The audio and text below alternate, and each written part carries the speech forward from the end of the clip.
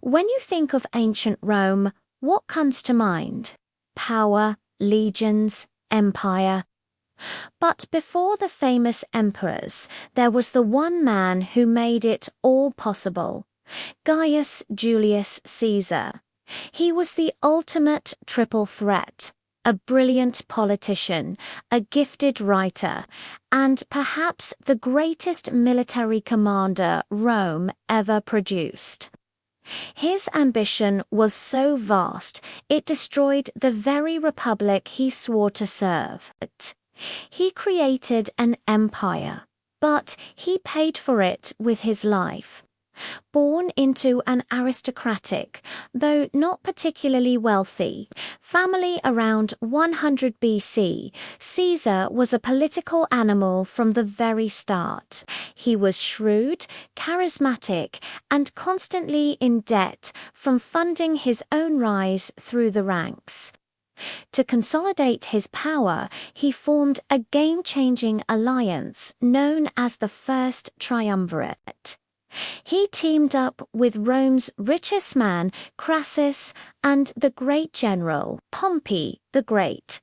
With their backing, he secured his next strategic move. He had himself appointed governor of Gaul, which we know today as modern-day France. Now, this wasn't some kind of punishment or a remote assignment. It was a calculated strategy.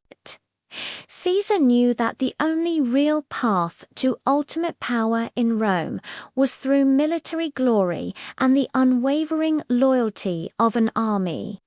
For the next 8 years, Caesar waged the Gallic Wars, conquering vast territories and securing Rome's northern borders. His campaigns weren't just brutal and effective. They were masterfully documented by the man himself in his commentaries.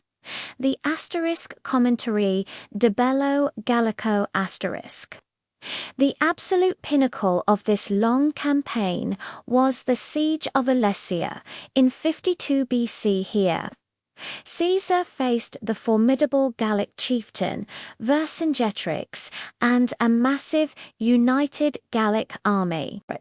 Facing what seemed like impossible odds, Caesar did the unthinkable.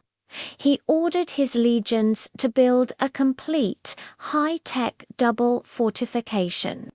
One inner wall to keep the Gauls trapped inside Alesia, and a second outer wall to keep the arriving Gallic relief forces out. He literally put his own army in a deadly sandwich between two enemy forces. The resulting battle was a complete strategic masterpiece. It forced the final surrender of the Gauls and cemented Caesar's legend.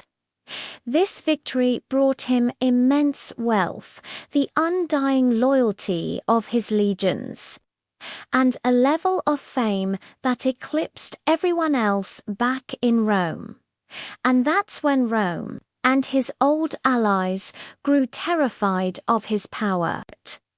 The Senate, now led by his former friend Pompey, saw him as a threat. They issued an ultimatum: disband your army and return to Rome as a private citizen. Caesar knew this was a trap.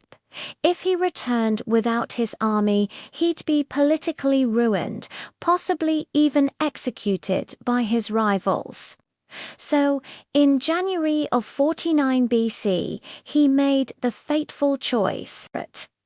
He led his loyal legions across the Rubicon River, the legal boundary separating his province from Italy.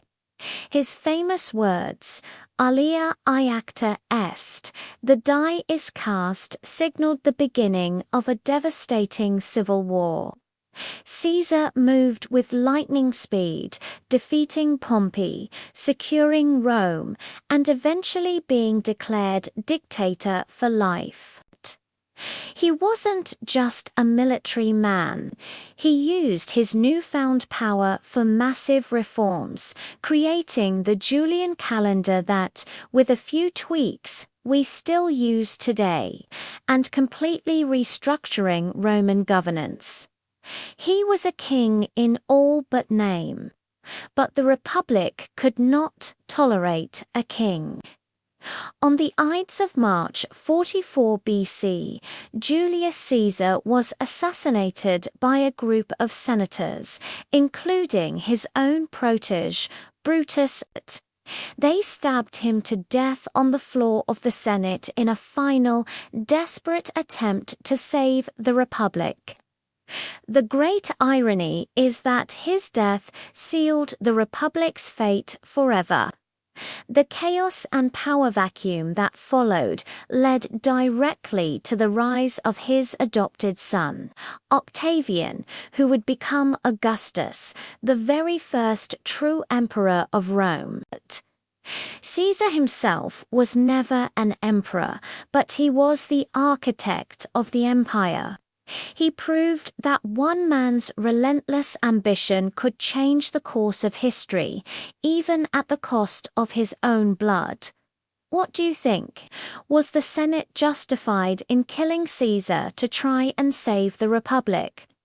Let me know your thoughts in the comments below. And if you enjoyed this story, don't forget to like this video and subscribe for more deep dives into ancient history. Thanks for watching.